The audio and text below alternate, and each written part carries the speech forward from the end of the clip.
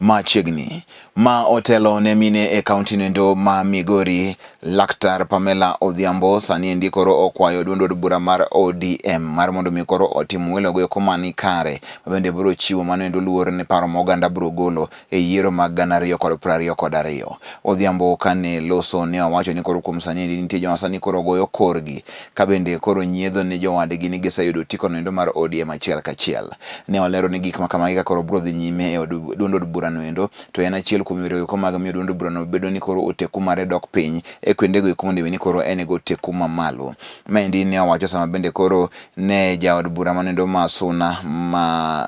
Suna West Migosi Peter Masara ne owacho ni onge sema mondo mi otim mano endo mabende en nomination kata welo nikech ne gitiyo matek ahinya ne duond od bura noendo higa ma 2017. Presidency kende maparo ni waduto wawinjore ni wawene baba. To kar gavana ka koro ji dok piny taneno ka yawuot Migori gi nyi Migori kan kama ikore ji joge bath pap ka. Omiyo wach moro ma uchanda go Migori ka ni ng'ato wacho ni Migori ka nomination ok nobedie ni jomoko semi ticket jomoko idwa tim nade. An aparo ni wach ni adwa na luonge ni en ruma to kendo en bad ruma. Nikech en ruma moro ma aneno ka chwanyo chuny jopiny mondo kik gibed gi geno kuom party gi ma gihero. Taparo ni adwa ni mondo akone jopiny ni an kaka Pamela ma bende dwaro kom mar gavana 2022. Pok awinjo ka jotendwa ma jo party go nyaka wuon party hie ma ja leader na mwadwa miyo presidency ni pok oluonga kata monyisa kata wachona ni kom Migori wasemiyo ng'ane.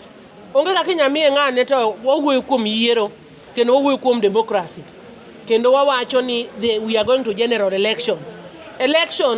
to ok nyal miya ng'ato kamano to kata wan e party ka nyaka nomination bedie joma nigi interest gi nyaka yudie yo mitengo go ng'ato to ok nyal bukruok abuka ni ng'ato siko kalando ne ji to chwanyo chuny ji e lum ka endi ni en osemiye ticket to jogo bed ne nyocha pok wuotho kuomgi kaka baba be wuotha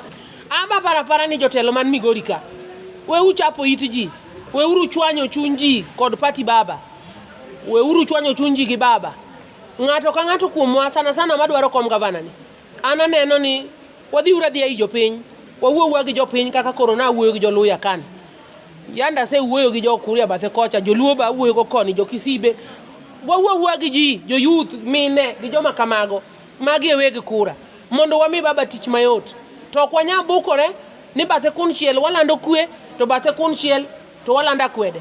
kwanya bukore ni bathe kunchiel walando democracy to bathe kunchiel walando autocracy wawe uru keto baba sana Migori ka to kata e Luland mzima kikwa ket baba ni mondo nere ni party ne impose leaders kuom jopiny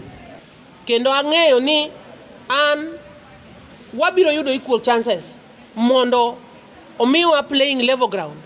to ng'ama koro siko mana ka chidore ni wuoyi moro semi ticket ni etimiye nang'o dak weya mondo